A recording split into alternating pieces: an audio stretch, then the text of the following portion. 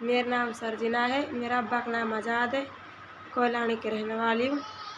मैं अपनी मर्जी से आई अजय कुमार के साथ, और ऐसे हमारे घर का पीछे लग रहा, वो जीण ना दे रहा। मैं उससे शादी करना चाहती हूँ। अगर मैं हमारे दोनों को छोड़ो तो मैं धरवाऊँ, ठीक है।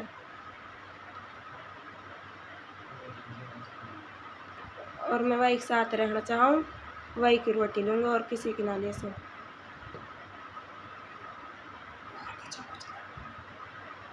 और अगर हमारे घर का बाई चांस जोर देवा तार पीछे बिल्कुल भी ना दे सुन साथ में अजय कुमार गेल रहना चाहती हूँ।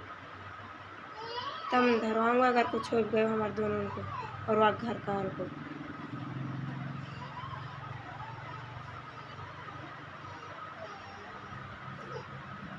जो कुछ याद है कह दी।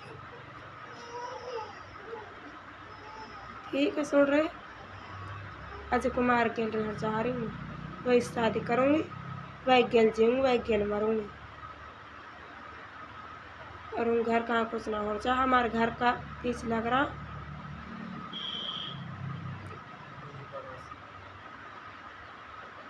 और अजय कुमार को साथ दूँगी। हम दोनों एक जगह रहना चाहवा,